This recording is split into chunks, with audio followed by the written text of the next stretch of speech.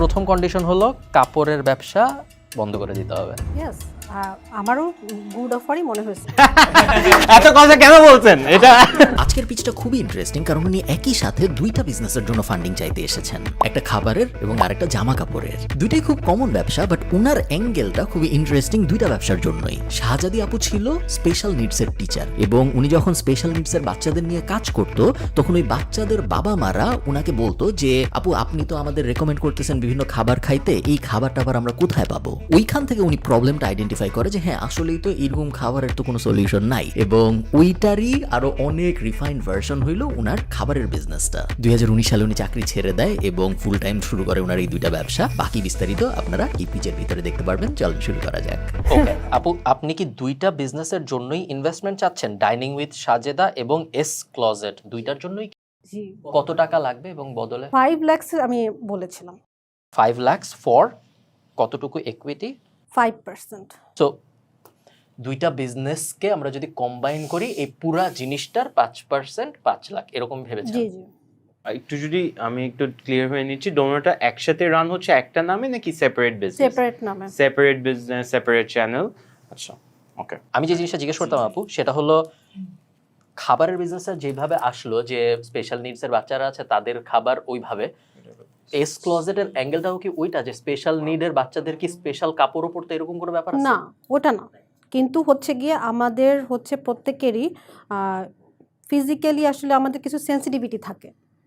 অনেকেই আছে যে আমরা আসলে বুঝতে পারি না যে সিল্ক বেসড কাপড় কার পরা উচিত বা হচ্ছে সিনথেটিক বেস কার পরা উচিত। এইটা হচ্ছে আমার মেন থিম আসলে। কারণ হচ্ছে গিয়ে আমি নিজে এটার ফেস যখন করলাম যে আমার আশেপাশে অনেকেরই দেখা যায় কি যে সে হচ্ছে গিয়ে সিনথেটিক কাপড় পরতে পারছে না। কেন? কারণ ওটা তাকে হচ্ছে গিয়ে এফেক্ট করছে আর কি। তো ওইটা থেকে আসলে মেনলি হচ্ছে যে সিল্ক যদি হয় তাহলে আমাদের বাংলাদেশের রাজশাহী সিল্ক হতে পারে, যেটা হচ্ছে আসলেই খুবই ওয়েলদি এবং খুবই রিচ।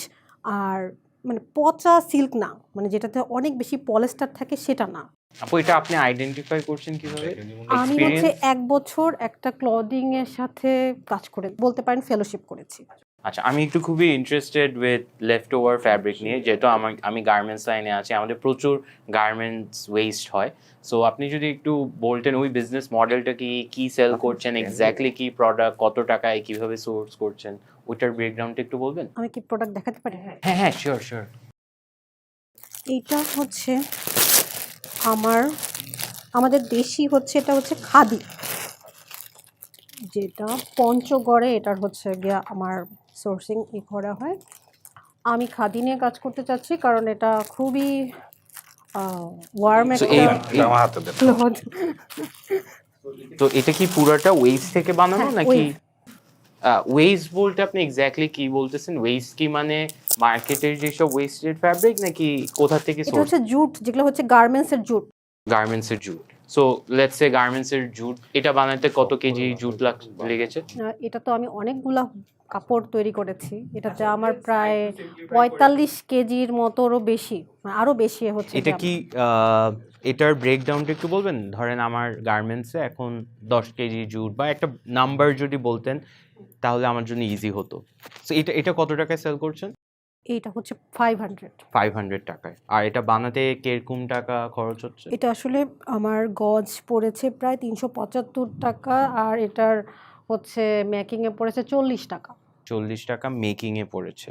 আর কাপড়টা যখন আপনি রিসিভ করছেন তখন এটা কোন স্টেজে আছে? এটা গজ কাপড় হিসেবে আসে। গজ কাপড়ে আছে। সো আপনি প্রসেসিং এ কিছুতে নেই। না না, সো তার মানে আমি জাস্ট হচ্ছে বলে দেই যে আমার কি ধরনের কাপড় লাগবে। আমি শুধু ওদের টেক্সটাইল যে হ্যান্ডলুম যে ওদেরকে জাস্ট আমি বলে দিই যে আমার এই ধরনের কাপড় লাগবে, এরকম স্ট্রাকচার লাগবে, এইটা। বাট তাহলে এটা ওয়েস্ট থেকে কিভাবে হচ্ছে? মানে এটার যেহেতু আপনি বলেছেন লেফট ওভার ফ্যাব্রিক দিয়ে বানানো, রাইট? আপনি ওয়েস্ট লেফট ওভার থেকে আগে আমরা এটাকে সুতা বানাই। হ্যাঁ, এটাকে আপনি করছেন নাকি? হ্যাঁ, ওইটা ওই টেক্সটাইল ওরা করছে। But ওদেরকে আপনি কোনো লেফট ওভার ফ্যাব্রিক না না দিচ্ছেন না, না? আমি কিছু দিচ্ছি না, ওরাই ওটা থেকে সম্পূর্ণ করে দিচ্ছে। বাট আমি জাস্ট বলে দিচ্ছি রেসিপি যেটাকে বলে আর কি। আচ্ছা, ওকে। আপু আমাকে একটু, আমি জানি না আর কারো কোনো প্রশ্ন আছে নাকি, যদি না থাকে আমাকে একটু এক এক করে দুইটা বিজনেসেরই নাম্বারসগুলো বলবেন। যদি পারেন জানুয়ারির থেকে বলতে হবে, আর যদি না পারেন তাহলে যেভাবে আপনার সুবিধা হয়। আপাতত আমরা টপ লাইন দিয়ে শুরু করি। সো কত টাকার বিক্রি হয়, কত টাকা থাকে? একটু আলাদা করে বললেন বিজনেস। হ্যাঁ, একটা একটা করে। আমার হচ্ছে ক্লদিং বিজনেসে বেশ ইদানিং হচ্ছে বেশ সেলটা ভালো বেড়েছে ফুডের চাইতে। হুম। এটা নভেম্বর থেকে শুরু হয়েছে, যে আমি হয়তো বা আগে ৭৫,০০০ বা ৮০,০০০ সেল করতাম, এখন ১,২০,০০০ বা ৩০ সেল করছি। আর ফুডে হচ্ছে আমার সবসময় ১,০০,০০০-এর মতোই আসলে সেল থাকে আর কি। আর আমার আসলে চ্যানেল অনেকগুলা, কুকআপস একটা প্ল্যাটফর্ম আছে, কাজ ৩৬০ নামের একটা ওয়েবসাইট আছে, আর আমার পেজ তো আছে। তো ৩টা থেকেই আসলে আমার প্রায় ১,০০,০০০-এর মতো আসলে যারা আচ্ছা, আছে। আমি একটু ইজি করে দিই ইফ ইউ গাইজ অ্যালাউ, আমি যদি ব্রেকডাউন। সো আমরা আগে ফুডটা নিয়ে শুরু করি। আপনার ফুডের বেস্ট মান কি ছিল একটু যদি বলতেন। ১,০০,০০০। হুম। ১,০০,০০০। এই ১,০০,০০০টা সেলটা হয় মোস্টলি কিভাবে? আপনার নিজের পেজ থেকে নাকি কুকআপস থেকে নাকি ওভারঅল? আমার পেজ থেকে বেশি হয়। আপনার পেজ থেকে। এই ১,০০,০০০ সেলটা লাস্ট আমি যদি ৩ মাস বা এই বছরটাই ধরি, অ্যাভারেজে ১,০০,০০০ করে এসেছে, রাইট? আর আপনার খরচ এক্সপেন্স, আপনার কি এমপ্লয় আছে কোনো ফুল টাইম? কয়জন নিয়ে কাজ করছেন? আমার ৪ জন হচ্ছে ডেলিভারি লোক আছে।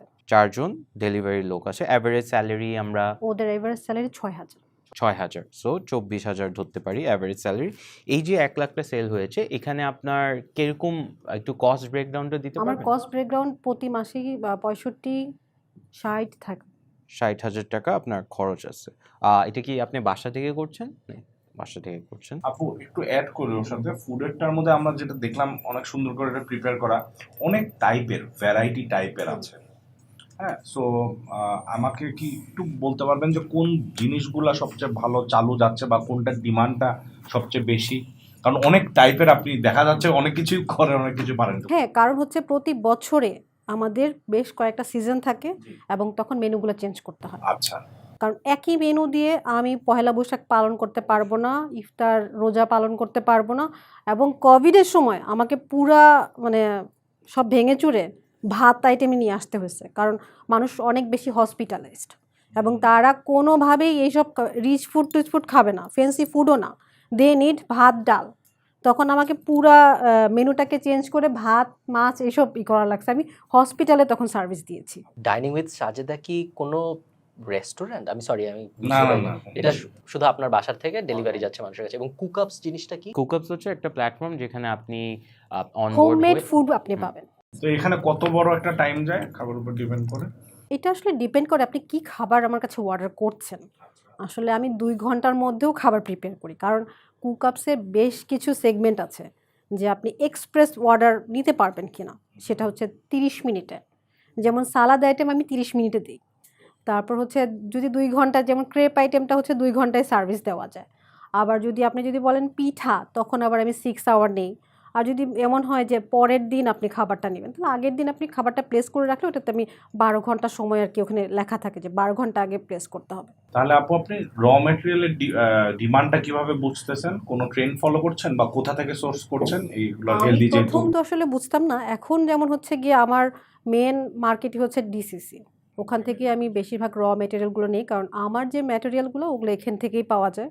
আর বেশিরভাগ জিনিস এখন আমি নিজেই আসলে তৈরি করি।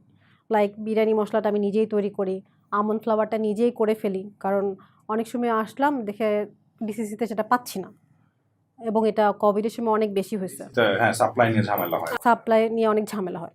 তো বেশিরভাগ র ম্যাটেরিয়াল বা ইনগ্রেডিয়েন্টসগুলো আসলে আমি নিজের থেকেই আসলে ক্রিয়েট করার ট্রাই করি আর কি। আপনি তাহলে বিরিয়ানি বানানো শুরু করছেন? তাই তো, ডিমান্ড যেহেতু আছে, পুরো দুটো এক্সট্রিম আমরা পেলাম। আমরা এই জন্য আমি বিরিয়ানি মশলাটা আর কি বানাই, আমি একটু দেখাতে চাই। এরকম খুব কম কোম্পানি পৃথিবীতে আছে, আমার মনে হয় আপনি একমাত্র হইতে পারে যে একই সাথে গ্রানোলা বার এবং বিরিয়ানি বেচে। একদমই, মানে এই যে ছোট টাইপের বিরিয়ানি মশলা আর কি আগে থেকেই ছিল, ওটা বড়, এখন ইদানিং ছোট একটা মশলাই করছে যারা। আপু এটা আপনি নিজে প্যাকেজিং করে নিচ্ছেন? আচ্ছা, তার মানে কি আপনি মশলাও বেচতেছেন? মশলা এগুলো বেচতেছেন নাকি হ্যাঁ, আপনি বেচতেছি। ইউজ করছেন? বিরিয়ানি বানাতে আমি যাই না, মশলা বেচি। আপু, আমার কাছে একটা ফার্স্ট অফ অল একটা সাজেশন আছে। এই মেনুটা দেখার পরে একটু মানুষের একটু কনফিউশন হবে না, এখানে তো বিরিয়ানিও আছে, আবার এখানে আবার অনেক হেলদি ফুডও আছে। না, বিরিয়ানি বিক্রি করি না তো। করেন না? আমি বললেন না মশলাটা করেন। বিরিয়ানি মশলা। আচ্ছা, ঠিক আছে। সো বাট এইখানে এই মেনুটাতেও মানে একটু আপনি তো বুঝছেন কয়েকটা স্টাইলের খাবার আছে। সো এইটা আপনার ওভারঅল পরবর্তীতে যখন আপনার ব্র্যান্ডটাকে বড় করবেন তখন একটু ঝামেলা হয় না? ফর এক্সাম্পল খুবই ঝামেলা হবে, হ্যাঁ রাইট। পলি মেনে ছিল, এখন মাত্র মনে হয় 18টা আছে। ও উনি কমায় এটাতে আসছে, ওয়াও। আপনাকে যদি বলা হয় ডাইনিং উইথ সাজেদাটা একটা প্রোডাক্ট বা একটা জিনিস নিয়ে আপনি বানাতে চান, যদি হয় এটা বিরিয়ানি, যদি হয় এটা let's say fitness niche healthy food, হ্যাঁ আপনি কোনটা প্রেফার করতেন, আর কোনটাতে আপনার মনে হয় আপনি ভালো বিজনেস করছেন? আমার কাছে মনে হয় যে আমি যেগুলো হচ্ছে গিয়ে প্রথমেই শুরু করেছিলাম, যে স্পেশালি থেকে শুরু করে সবার হেলথ কনসিয়াস, যে আমন্ড ফ্লাওয়ার টাইপের, তারপর লো কার্ব টাইপের যে খাবারগুলো, ওগুলোই আমার সবচেয়ে ভালো।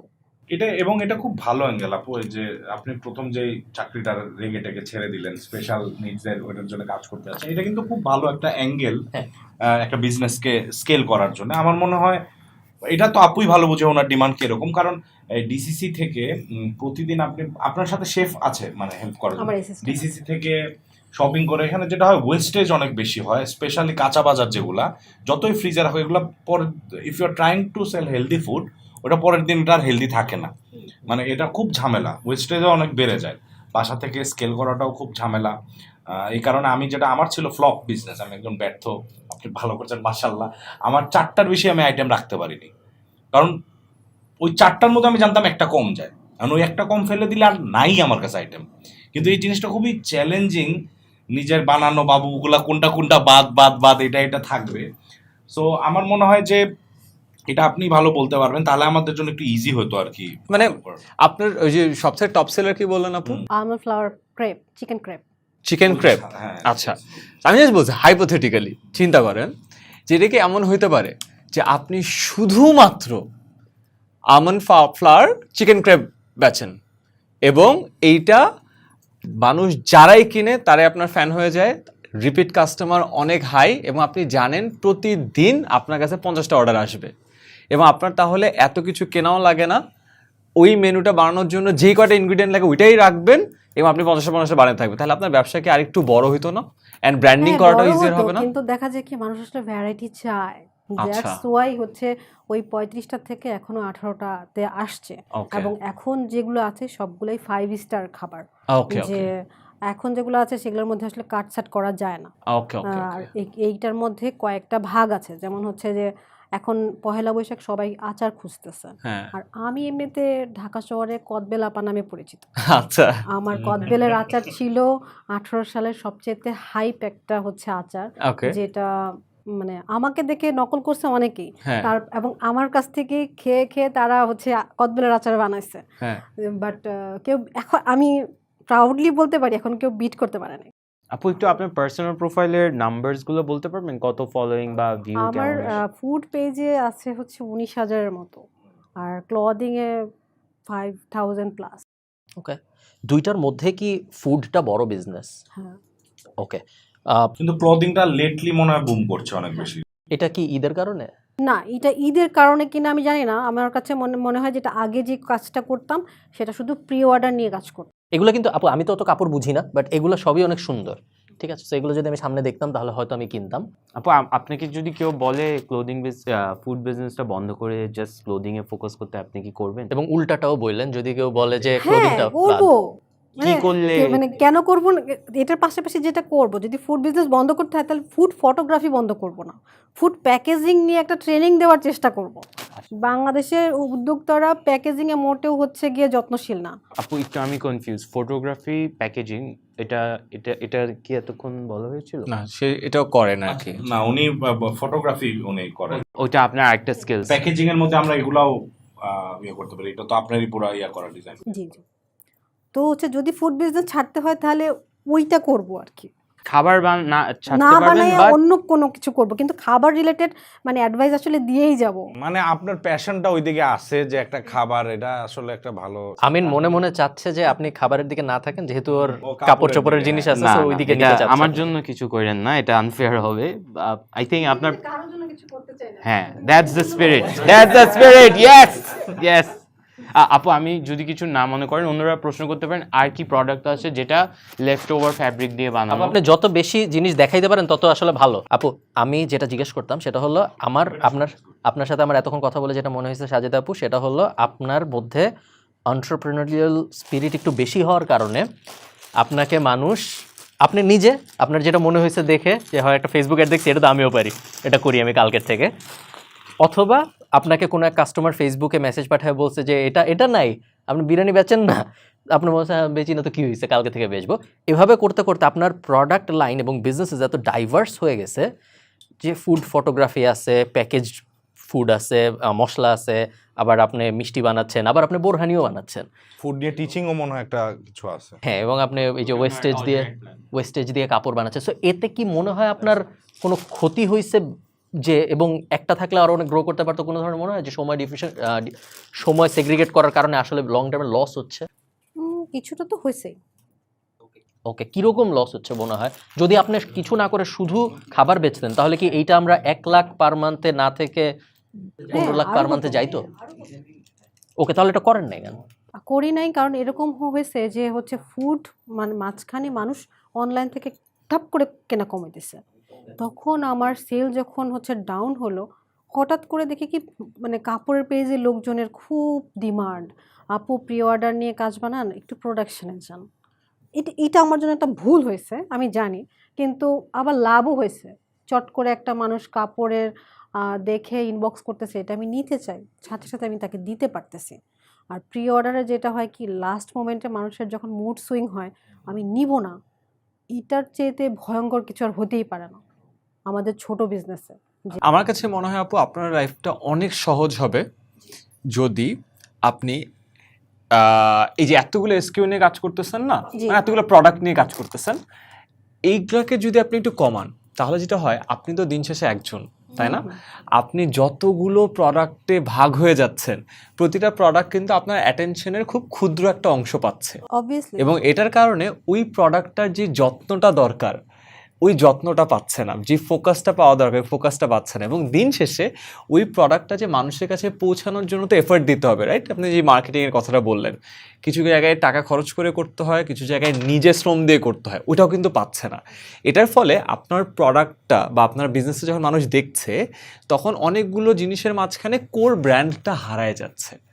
আপনি খুঁজে বের করেন যে আপনার প্যারেটো প্রিন্সিপাল কিভাবে কাজ করে, কোন বিজনেসে 20% এফর্ট দিলে 80% রিটার্ন পাওয়া যায়, এটা ফার্স্টে ভাগ করেন, ঠিক আছে? যেটা আমিন শুরুতেই বললো যে একটা কি বাদ দেওয়া যায় কিনা, রাইট? আচ্ছা, বাদ না দিলেও যে কমায় আনা যায় কিনা।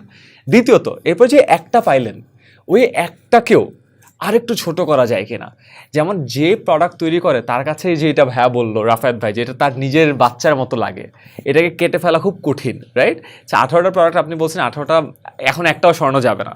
আপনি আরেকটা মানুষকে আনেন, তাকে আপনার নাম্বারগুলো দিয়ে দেন যে 18টা প্রোডাক্টের মধ্যে কোনটার লাস্ট 3 মাসের সেলস কত, অফকোর্স কয়েকটা 15, 16, 17, 18কে বলে এটা ফালাই দাও, রাইট? তাও আপনার ব্যবসার কিন্তু ক্ষতি হবে না।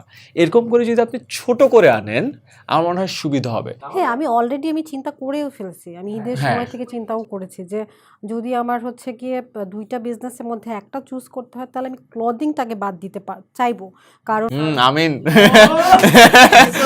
দুঃখ মানে বিকজ হচ্ছে গিয়ে ক্লদিংয়ে যেটা হয় কি যে এখানে আমার কারিগরের উপর ডিপেন্ড করতে হয়। কারিগর যদি কেউ ম্যানেজ করে দেয় তাহলে কি আপনি করবেন? হ্যাঁ হ্যাঁ, কারিগর। আরে আমি এত মোটিভেশন Trust দিয়ে একটা করলে বাদ হবে। দিলাম, তুই আবার দুইটাতে দিবে। আপুর নেগেটিভ মোটিভেশন দরকার, উনি পজিটিভলি মোটিভেটেড, অনেক কিছু করে ফেলতেছে। না, না, এটা কমাইতে হবে আপু, বুঝছেন? না আপু, আপনি you should stick to food, because যখন আপনি ফুড নিয়ে কথা বলেন আপনার মুখে যে হাসিটা ওইটা দেখা যায়। So I think you should stick to that. Farhan বলার আগে আমি অল্প একটু বলি, আপু আপনি আসলে অন্যরকম আমি মোটিভেটেড হয়েছি। হ্যাঁ, তাই না? এটা সত্যি, কারণ এত টাইপের এত কিছু তো করতেছেন, এবং আমি জানি সময় বের করেও করতেছেন। কোথাও আমরা বলার মতো পজিশনে নাই যে সময় কটুক দিচ্ছেন বা দিচ্ছেন না, বুঝাই যাচ্ছে প্রতিটাতে আপনার একটা পার্সোনাল টাচ আছে। ইটস ভেরি, এবং সবগুলো আসলে তার নিজ হাতে করা। হ্যাঁ নিজ হাতে। এবং আপনারা কেউ খাচ্ছেন না, একদম বুঝলাম না। অনুমতি পাই নাই। আপু খেতে পারবো তো, রাইট? সো এখন আমি আসলেও অনেক আসলে ইটস মোটিভেটিং। আমি একটা জিনিস আমি বলবো যে আমার সাইড থেকে যেটা আমি মনে করি যে প্রথম দিকে বললেন না যে বাচ্চাদের জন্যে এরকম, আমি মনে করি যে আমার খুব ইন্টারেস্টেড হবো, এবং আপনি যদি অ্যালাউ করেন তখন কোনোভাবে ইনভলভ হওয়ার। আমি একসময় এরকম চাবো যে যদি স্পেসিফিক বাচ্চা বা টডলার স্পেসিফিক কোনো একটা লাইন আছে, আমরা একটু আলাদা থাকে। কারণ আমার ওয়াইফকে আমি দেখি, আমার বাচ্চা অনেক ছোট, 15 মাস এখন, তাকে খাওয়ানোর জন্য অনেক কিছু প্র্যাকটিস, অনেক কিছু ভাবতে হচ্ছে ইদানিং।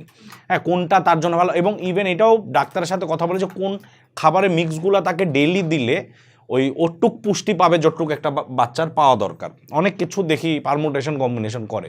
সো ওইটা হলে আমি ফার্স্টেই আমি জানি যে আমি লাভ দিয়ে এক্সাইটেড হয়ে আমার মনে হয় এরকম অপরচুনিটি আসবে। যদি কোনো আমাকে একটু মনে রাখেন, আমাকে একটু আওয়াজ দিয়েন, আমি একেবারে কোনো কোয়েশ্চেন আসলে আমি এসে ইনভলভ হব। ওকে, না আমি রাফায়েত ভাইয়া মোটামুটি আউট হয়ে যাওয়ার আগে আমি একটা জিনিস বলি, সেটা হলো আপু আমি ইন্টারেস্টেড, বাট কিছু কন্ডিশন আছে। প্রথম কন্ডিশন হলো কাপড়ের ব্যবসা বন্ধ করে দিতে হবে। Thank you.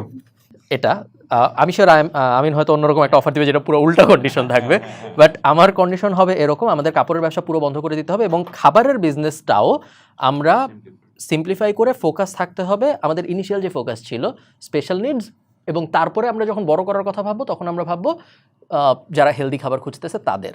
সো আমরা বিরিয়ানি বোরহানি এগুলো আমরা আস্তে আস্তে বাদ দিয়ে দিব। এবং এই দুইটা ব্যাপারে যদি আপনার আগ্রহ থাকে সেই ক্ষেত্রে আমি আপনাকে একটা অফার দিতে পারি, শুধু ওই বিজনেসটার জন্য, কাপড়ের বিজনেসটার জন্য না। কাপড়ের বিজনেসটা কোনো সমস্যা নাই, জাস্ট বিকজ আমার মনে হয় না একটু বেশি হয়ে যায়। শুধু যদি আপনার মনে হয় যে না আমি আবার স্পেশাল নিডসের বাচ্চাদেরকে টার্গেট করি, আবার খাবার ফর্মুলেট করতে চাই, আমি আবারও তারপরে আস্তে আস্তে যেহেতু মানুষজন আস্তে আস্তে হেলদি হচ্ছে, ল্যাকটোজ ফ্রি মিল্কের চাহিদা বাড়তেছে, অ্যালমন্ড ফ্লাওয়ারের চাহিদা বাড়তেছে, বাংলাদেশের মার্কেট আস্তে আস্তে হেলথ কনসিয়াস হচ্ছে, এদেরকে টার্গেট করে আমি আস্তে আস্তে বিজনেস বড় করতে চাই, সেই ক্ষেত্রে আমি ওই পার্টিকুলার বিজনেসটায় ইন্টারেস্টেড হব যেই বিজনেসটা এখন 1 লাখ টাকা পার মান্থ রেভিনিউ জেনারেট করছে, 12 লাখ পার ইয়ার।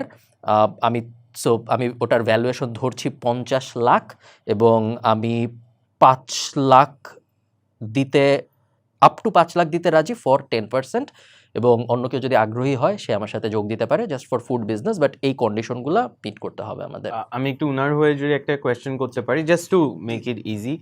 ওনার যে 1 লাখ টাকার রেভিনিউ, ওইটাতে স্পেশাল নিডসের বাচ্চাদের থেকে কিন্তু শুধু আসতেছে না, এটা কিন্তু মাল্টিপল প্রোডাক্টস থেকে আসতেছে। সো আর ইউ ওকে, মানে সিম্পলিফাই করবেন বলতে কতটুকু সিম্পলিফিকেশন, এটা একটু ওনাকে ক্লিয়ার করে দেন। আমার এন্ড গোল হবে আপনাকে বলা, দিন শেষে তো বিজনেস আপনার, বাট আমার এন্ড গোল হবে যে বিজনেসটার পুরো ফোকাস হবে ফার্স্টে স্পেশাল নিডস, দেন হেলদি মার্কেট। এবং হেলদি মার্কেট মানে এটা না যে হেলদি মার্কেট কিন্তু তারপরও ক্রেপের মধ্যে চিনি খাবে, ওরকম না, পুরোপুরি হেলদি মার্কেট। এইটায় যদি আপনার আগ্রহ থাকে তাহলে আমি একটু নাম্বারসটা কীভাবে আসছি আমি এটাও বলি। আই থিঙ্ক ফেয়ার 1 লাখ টাকা পার মান্থ যদি রেভিনিউ হয় তাহলে 12 লাখ টাকা পার ইয়ার, ওইটাকে আপনি যদি 4 গুণ দেন তাহলে অ্যারাউন্ড 48 লাখ পার ইয়ার। সো আমি ওইটাকে ভ্যালুয়েশন ধরছি 4 গুণ 4x মাল্টিপল, এবং আমার মনে হয়েছে যে 5 লাখ ফর 10% ফেয়ার হবে, কনসিডারিং আপনার এত রিভিউজ আছে, এবং আই থিঙ্ক ফুড বিজনেসটা ভালোও করবে যদি আমরা ওইভাবে ফোকাস করতে পারি। সো হ্যাঁ, ওটা হলো আমার অফার, এবং কেউ যদি আগ্রহী হয় আমি স্প্লিট করতে রাজি। আমি যেমন আইল বি ইন্টারেস্টেড, যদি স্পেশাল নিডসের জন্য হয় I'll be more than happy to chip in and get involve. আমরা 50-50 স্প্লিটেও চিন্তা করতে পারি। সেক্ষেত্রে আমরা 2.5 লাখ 5% এভাবে করতে পারি, আমি আর রাফায়েত ভাই। ওকে, ওনারা যদি কেউ ডিল না দিত, স্পেশালি ক্লোদিংয়ে তো আপনি একদমই ইচ্ছুক না, বাট আপনার এনার্জি আমার খুবই ভালো লেগেছে। অ্যান্ড আপনার যদি এখান থেকে ডিল না হয়, আপনাকে কি কেউ এখন মেন্টর করছে ডিজিটাল বা এইসব জিনিস নিয়ে, কেউ কি হেল্প করছে? ওকে, আমার কোনো ইকুইটি নিব না, আমি কোনো টাকা যদি পরে লাগে আমি হেল্প করব রেজ করতে। আপনার সিম্পলিফাই করার জন্য যদি কোনো হেল্প লাগে সেটা আমি প্রোভাইড করব। সিন্স আপনি ক্লোদিং নিয়ে ইন্টারেস্টেড না, আমিও আপনার থেকে হেল্প নিব এটা কিভাবে করেন একটু আন্ডারস্ট্যান্ডিংয়ের জন্য। But I think you have a great offer, আপনার নেওয়া উচিত। অ্যান্ড প্লিজ আপনার এই এনার্জিটা সবসময় রাখবেন। আপনি you can take your time, আপনি ঠান্ডা মাথায় এরকম না যে স্পটে পড়ছেন, ইটস ইউর বিজনেস। কারণ এখানে ও অনেক বড় কিছু ইম্পর্টেন্ট পয়েন্ট বলছে, সো এটা আরেকবার চাইলে আপনি একটু রিভিউ করে নিতে পারেন, এবং আপনি আইমান ভাইয়ের সাথেও এখন ডিসকাস করতে পারেন যে এটা কিভাবে হেল্প হয়, যেহেতু ওনারা টাকা দিচ্ছে, ওনাদের উল্টাপাল্টা অ্যাডভাইস দিতে পারে। আমরা উল্টাপাল্টা আইমান ভাই আপনাকে, হ্যাঁ So, আমি এখন আপনার কনসালটেন্ট হয়ে যেতে পারি। হ্যাঁ সো আমি যদি ভ্যালুয়েশনের ব্যাপারে বলি, ভ্যালুয়েশন যেভাবে কাজ করে যে আপনার বাৎসরিক যেই পরিমাণ সেলস হয় প্রতি মাসে যদি 1 লাখ টাকা করে ধরে, যেহেতু ও বলে দিচ্ছে যে আপনি কাপড়ের ব্যবসা করবেন না, শুধুমাত্র খাবারের ব্যবসা করবেন, 1 লাখ ঠিক আছে, তাহলে বাৎসরিক হলো 12 লাখ টাকা, ঠিক আছে। সো বাৎসরিক যত টাকা আসে সেটার একটা গুণিতককে ভ্যালুয়েশন ধরা হয়। সে যেটা ধরছে হলো 4, সো 12কে 4 দিয়ে গুণ করে 48 লাখ, সো ধরছে ঠিক আছে আপনার ভ্যালুয়েশন তাহলে 50 লাখ। সো কোম্পানির ভ্যালুয়েশনটা এভাবে আসছে। আমি যদি বলি এই টাইপের যে বিজনেসগুলো আছে প্রফিটেবল বিজনেস, সেখানে এই যে 4 গুণিতক ধরা বা 4 মাল্টিপল ধরা, ইটস ফেয়ার।